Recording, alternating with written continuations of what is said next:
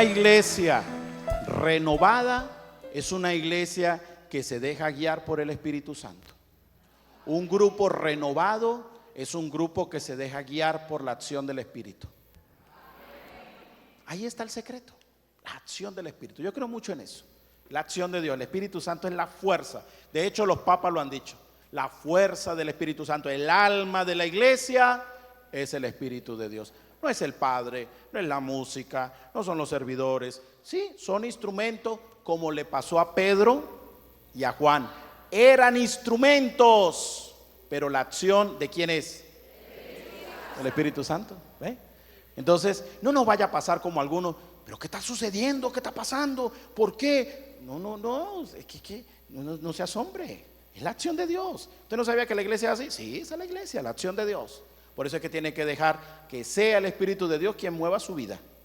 Cuando usted se sienta así todo, que usted, yo no sé por dónde arrancar, por dónde, Espíritu Santo, venga. Usted, yo no sabe qué, no sé ni cómo orar, Padre, pídale al Espíritu Santo. Padre, me pongo a leer la Biblia y no entiendo nada, pídale al Espíritu Santo. Padre, me peleé con el marido y voy a reconciliarme, pídale primero al Espíritu Santo. Sí, porque uno no sabe. Pídale al Espíritu Santo.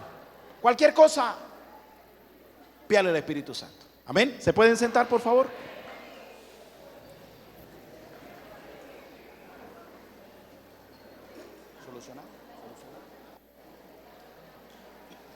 Bien, quiero compartir un poco las Sagradas Escrituras con ustedes.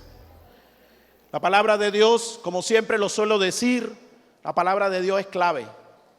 Porque aquí está lo que el Señor ha querido que nosotros creamos. Aquí está lo que el Señor ha querido transmitirnos, lo que ha querido enseñarnos. Aquí está, la palabra de Dios. Es decir, que cuando usted aprende a conocer la palabra, usted conoce a Jesús. Cuando usted aprende a amar la palabra, usted aprende a amar a Jesús. Por eso es que hay mucha gente que todavía, aunque va a la iglesia y hace muchas cosas buenas, que no está mal y está muy bien, todavía no ama bien al Señor, porque no conoce su palabra y no ama su palabra. El que empieza a conocer y amar las Sagradas Escrituras, empieza a conocer y amar la gracia de Dios, la acción de Dios en su vida. Lo ama. ¿Ve? Porque ¿de qué va a hablar usted si todavía no conoce?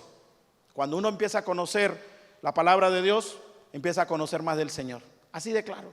Y empieza uno a ver esos misterios que Dios ha revelado y que nos los quiere enseñar y nos los quiere transmitir.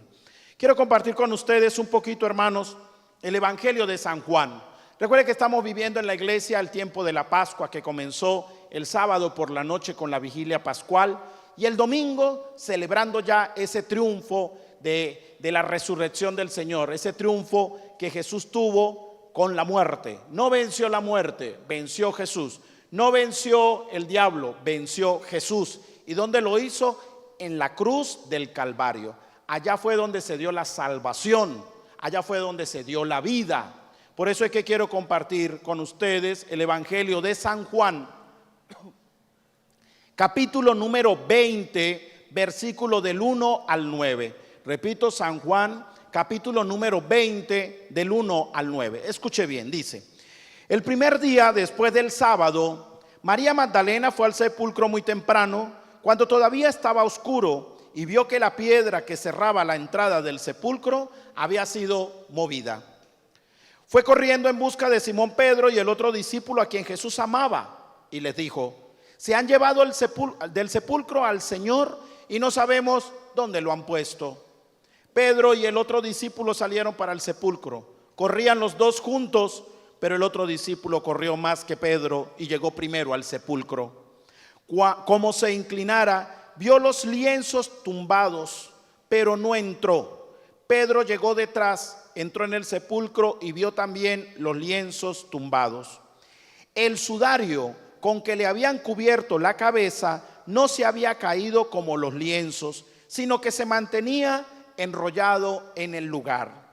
Entonces entró también el otro discípulo, el que había llegado primero, vio y creyó, pues no habían entendido todavía la escritura.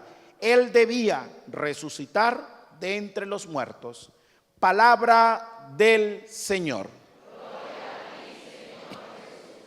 Mire, quiero comenzar esta reflexión de esta palabra diciéndole lo siguiente, que quizás muchos de ustedes ya lo han escuchado en algún momento. El pueblo de Israel no estaban esperando un liberador como Jesús. Ellos estaban esperando era un liberador que los alejara completamente del imperio romano. Eso era lo que ellos estaban esperando. El Mesías, el enviado, el ungido que ellos esperaban era el que iba a ser enviado por Dios para liberarlos de esa opresión que tenían del imperio romano, y no como estaba escrito y como lo había anunciado el Señor a través de las Sagradas Escrituras, para liberarlos del pecado. Mientras el pueblo de Israel tenía en la mente que el que venía los iba a liberar del imperio romano, el Dios de la vida tenía en su mente el proyecto de la salvación. Y la salvación no era una liberación de esclavitud como la que ellos estaban viviendo. Era una liberación de la esclavitud del pecado, de no interpretar bien la palabra, de no interpretar bien las Sagradas Escrituras, de no interpretar bien lo que los profetas ya habían anunciado. Ellos no entendían eso. Hay un dato curioso y a mí me llama eso bastante la atención, cómo el Señor duró con los apóstoles, duró con algunos discípulos 3 años de formación. Estuvieron con el Señor, vieron los milagros de Jesús, vieron lo que el Señor hacía, la multiplicación de los panes, de los pescados, vieron a toda esa gente que se curaba, a los enfermos, incluso hasta muertos que resucitaban y más. Todos ellos vieron eso ¿de quién? De Jesús. Y Jesús en medio de todo eso les había anunciado: yo tengo que morir y tengo que resucitar, luego me iré al encuentro del Padre. Eso lo dijo a los discípulos y se lo dijo a los apóstoles. Pero miren ustedes, los apóstoles no entendían. Y Jesús les decía: tengo que morir y tengo que resucitar. Y los apóstoles no entendían. El Señor muere como lo había dicho y ellos todavía no entendían. El Señor resucita y ellos no entendían todavía. ¿Por qué no entendían? Porque van, dice la palabra del Evangelio de San Juan, que van al sepulcro y encuentra que están solamente los lienzos. ¿Cuál fue la impresión de ellos? Y de una, sobre todo de una de las mujeres: se han robado el cuerpo del Señor. El cuerpo no está en el sepulcro, se lo robaron. ¿Y cuántas veces el Señor les había dicho: mire, voy a morir y voy también a... Y una de estas hermanitas, no, se lo robaron. Fíjese, ¿entienden? Entonces, ¿qué está pasando aquí, mis queridos hermanos? Que aunque la palabra haya hablado, aunque la palabra haya anunciado, aunque los profetas hayan anunciado, el pueblo y sobre todo la gente que estaba alrededor de Jesús no habían entendido lo que las Sagradas Escrituras habían anunciado. Se lo voy a leer textualmente como lo dice el Evangelio de San Juan en esto que acabo de anunciar. Escuche, dice: entonces entró también el otro discípulo, el que había llegado primero, vio y creyó.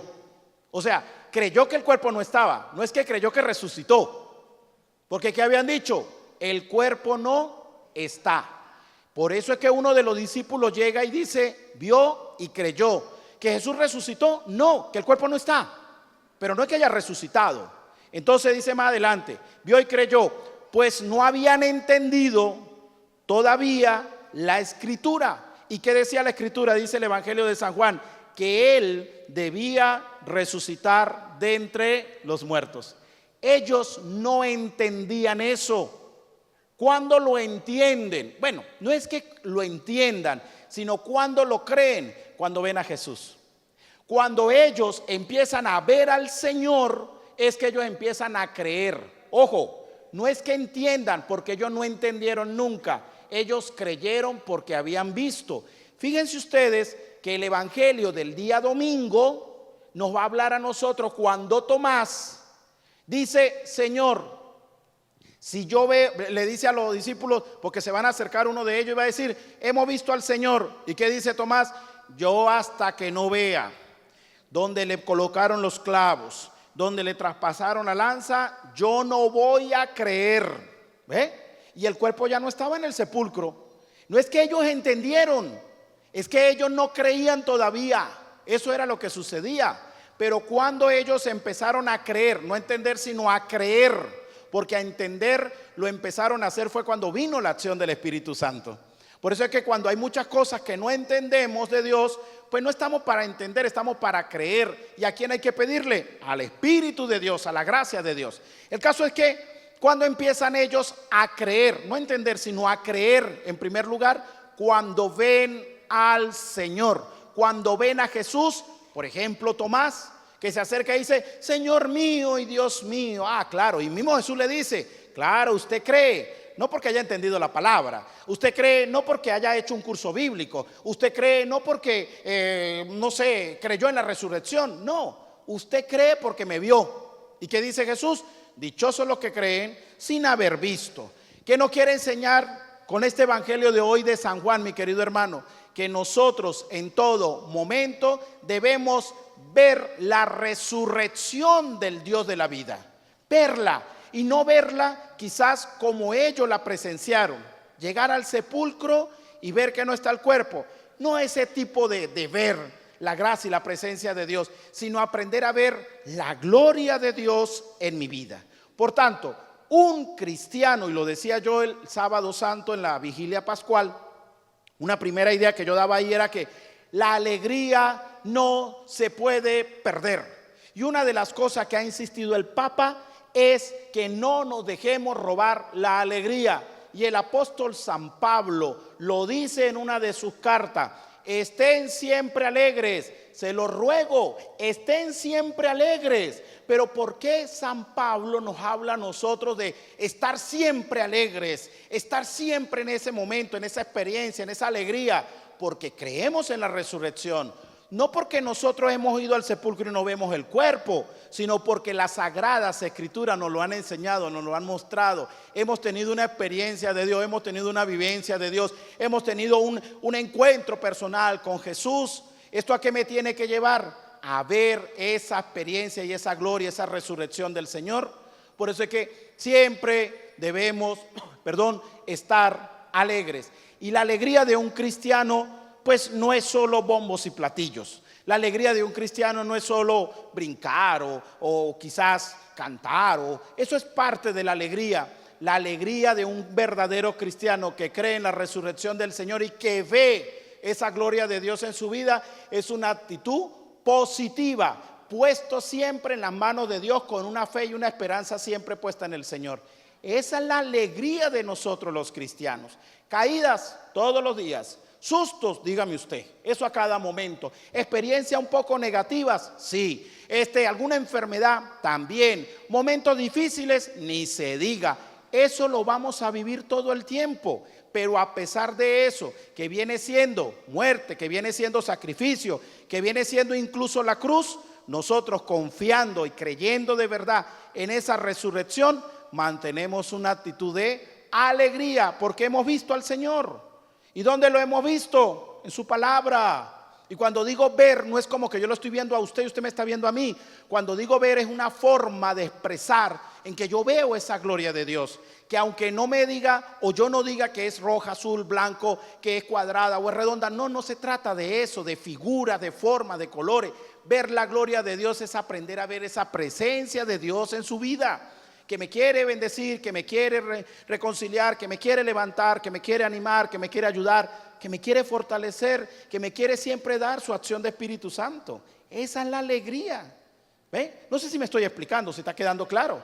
Un cristiano que cree en la resurrección y siempre con su cara de cañón, siempre un poco malhumorado, siempre contesta la misa a medias, lee la palabra de Dios ahí a tranca y a mocha, reza ahí que casi ni se le entiende y siempre desganado, desmotivado, pero dice ser católico, dice ser creyente en Dios. Perdóneme, pero no hay alegría de resurrección, no hay alegría de vida, no hay alegría de vida eterna. Tiene que mostrarse en nosotros esa alegría, que no es otra cosa sino la actitud positiva de que Dios me bendice, de que Dios me levanta, de que Dios me anima, de que Dios me fortalece, de que Dios me ayuda, de que Dios está conmigo, porque es que no está en un sepulcro, está en mí, está en la iglesia, está en la palabra, está en la Eucaristía, está en la oración, ahí está, esa es mi eterna alegría. Yo no sé si a usted le ha pasado que cuando viene alguien de lejos a visitarlo, sea un familiar, sea un amigo, un conocido, no sé, cualquier persona, y está en su casa durante 15 días, 8 días, 12 días, no sé, usted siente como un poquito de motivación. Claro, ya después de los 15 días, pues el muerto después de 3 días hiede, ¿no? Pero ustedes sí son malos, ¿no? Pero digamos que los primeros 15 días, ya después de los 15 no sé, pero digamos que durante los primeros 15 días, pues eso es una actitud un poco pues, de alegría, dígame, los primeros 5 días, ¿no? Venga, siéntese, vamos, tal cosa, me voy, comadre, porque es que en la casa tengo la visita y eso me anima. No solamente una presencia física de esas personas, sino también en la presencia de saber que está conmigo, que me acompaña. Así es la presencia de Dios, así es la gracia de Dios. No que me visita por 15, por 20 días, por un mes, sino que siempre me visita, que siempre está conmigo. Siento esa alegría, me siento bendecido. Yo tengo aquí gente que se acerca y me dice, Padre, bendígame, y uno los bendice, y uno le hace la señal de la cruz hacia en el frente y los bendice, y esa gente sale contenta, sale alegre. Así que tiene que ser. Pero ¿por qué esa persona sale contenta? ¿Por qué esa persona sale alegre? Porque sabe que le dieron algo bueno, porque sabe que le hicieron algo bueno y fue que lo bendijeron, le pidieron que la gracia de Dios y la presencia de Dios estuviera en él, por eso él sale contento. Ahora, si nosotros creemos que no solamente en ese rato, sino que es siempre esa presencia, esa gracia, esa bendición de Dios en mi vida, es la alegría. No está en el sepulcro, está vivo y resucitado. Por eso es que lo adoro, por eso es que lo bendigo, por eso es que lo glorifico, por eso es que creo en su palabra. Aunque no entienda, pero yo creo y punto. Y ya. Recuerde que esta gente que fue al sepulcro no entendieron. Ellos no entendieron, ellos creyeron. Pero ¿cuándo creyeron? Cuando lo vieron. Mientras no lo vieron, ellos no creían. Por ahí dice que anda el Señor. Por ahí dice que anda. Yo no sé, dicen que anda. ¿Y cómo estaban los apóstoles y los discípulos? Escondidos. Ahí tengo la segunda idea y con esta termino la meditación de este evangelio. Y es que los apóstoles, los discípulos estaban con algo que nos tumba muchas veces a nosotros y se llama miedo. Pero ellos estaban con miedo ¿a qué? A los soldados romanos. Estaban con miedo ¿a qué? A los maestros de la ley.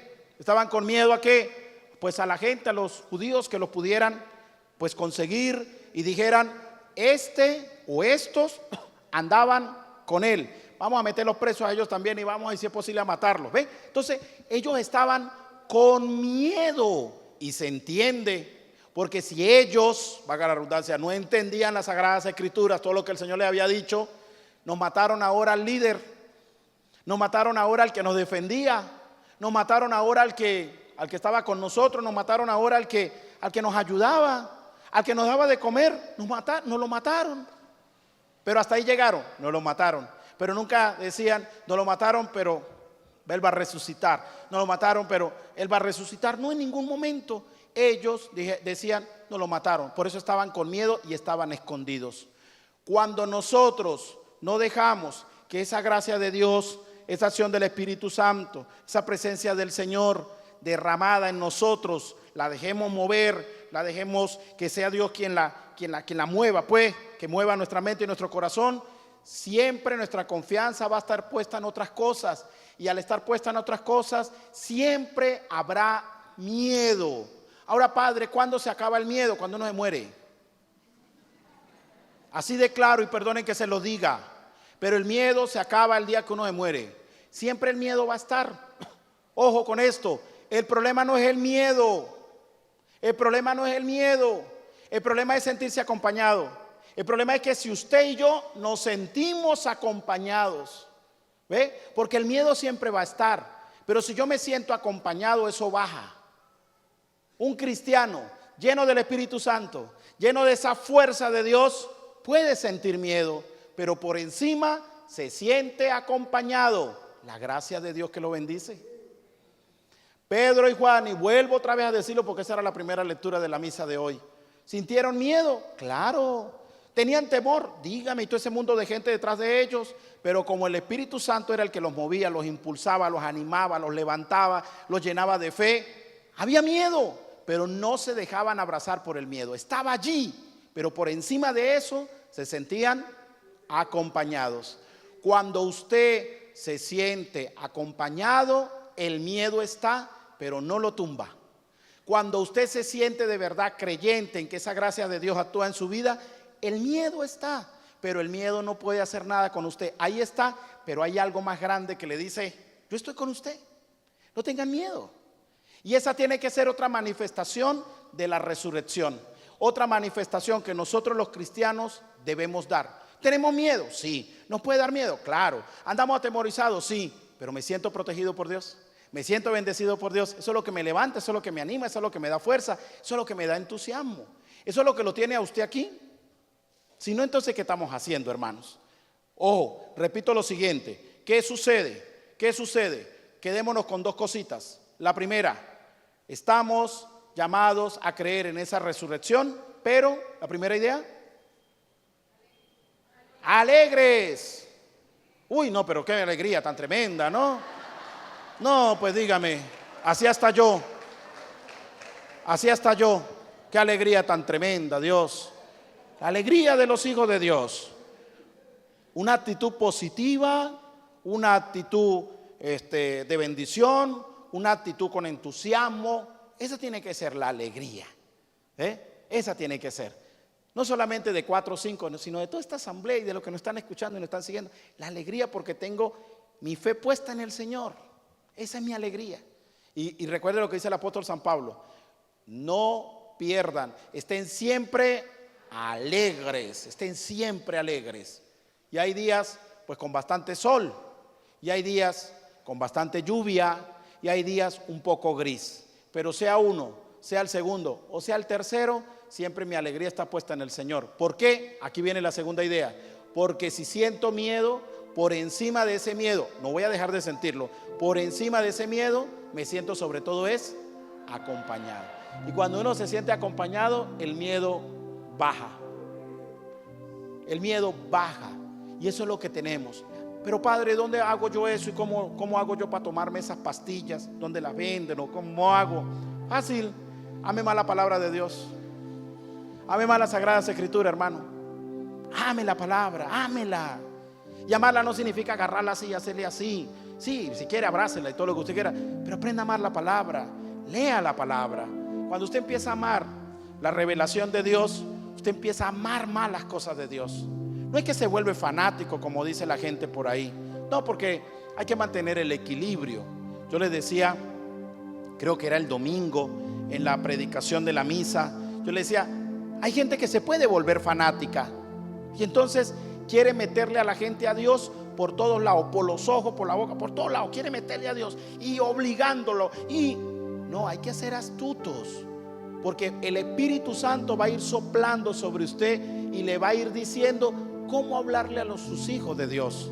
Le va a ir diciendo cómo hablarle a la esposa de Dios, cómo hablarle al esposo de Dios, cómo hablarle a unos vecinos de Dios, cómo hablarle a unos familiares que de Dios lejano por allá. ¿Cómo hago yo para hablarles? Si usted llega a la primera y de una vez le dice, vengo a hablarles de la resurrección, porque no sé qué, porque no, lo que hace es correrlos. Lo que hace es correrlos. No, usted no podemos volvernos en estas cosas, y perdonen la expresión, quizás no es la mejor, pero no podemos volvernos fanáticos, porque el Dios de la vida no quiere un fanático. El Dios de la vida lo que quiere es un hombre de fe, un hombre de esperanza, un hombre de amor, un hombre de caridad. Eso es lo que Dios quiere, no un fanático. Porque un fanático dice hasta 4 cosas y ni siquiera sabe lo que está diciendo. Hay que saber cómo hacerlo. Mire, yo comencé aquí, yo no sé, algunos saben, yo comencé aquí como con unos 8 o 9 muchachos jugando en la cancha, jugando ahí, los invitados. Yo, mire, vamos a jugar, venga, va a tal cosa. Empecé como con unos 7, 8 muchachos más o menos, quizá un poco más, un poco menos. Y estos fueron trayendo a otros, y estos fueron otros y otros, y así, cuando de repente todos nos hicimos amigos, el Padre juega con nosotros. Yo no empecé a hablarles de Dios, yo empecé a hablarles fue del juego. Yo no empecé a hablarles de Dios, pues si yo les hablo de Dios los corro. Va a decir, ay no, ese padre va a celebrar misa en la cancha. No, lo que empecé fue hablarles de qué, del juego, y jugando con ellos y sudando con ellos.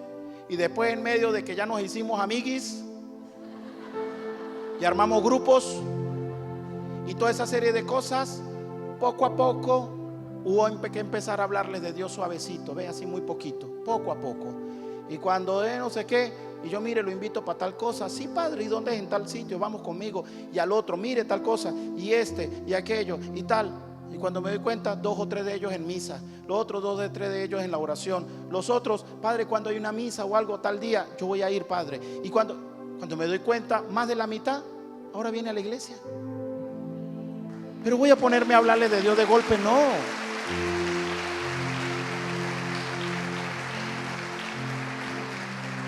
Y son chamos. Así que, señora, usted que me está escuchando, nieto desobediente, no lo va a correr. Él no vuelve. Pídale al Espíritu Santo, Espíritu Santo, ¿cómo le debo hablar? ¿De qué manera le debo hablar? Gáneselo por el lado donde usted sepa que más le guste. Y ya cuando se hace amigui de esa persona o amiguito de ellos, es cuando usted empieza a darles el mensaje poco a poco. ¿Por qué?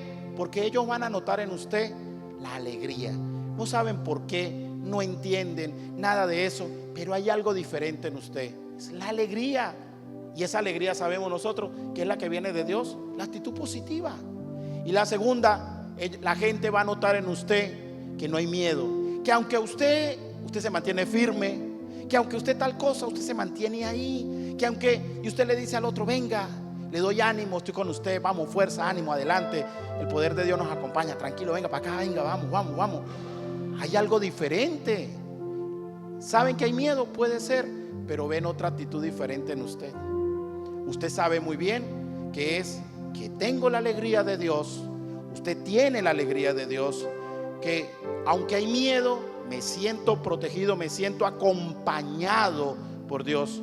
Que aunque haya miedo en usted, en su corazón, en su vida, usted se siente acompañado por Dios. Esas son las dos actitudes. Porque si dejamos que no haya alegría, sino tristeza, de que haya miedo, tristeza, miedo, vivimos en el propio sepulcro, ahí metidos. El que vive en tristeza vive en el sepulcro. El que vive con el miedo y no se siente acompañado por Dios, ¿dónde vive?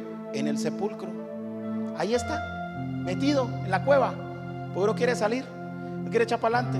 Pero hay una buena noticia, y es que ese Señor llamado Jesús vino a dar vida y abundancia, para que usted y yo salgamos siempre de ese sepulcro. Y salir de ese sepulcro es mantener la fe en Él, que no es otra sino la alegría en Él. Mantener la esperanza en Él, la alegría en Él. Y el miedo, aunque nos esté tumbando, firme, porque confío en Él, me siento acompañado por Él. ¿Cuántos se sienten acompañados por Él? Un aplauso fuerte al Rey de la Gloria.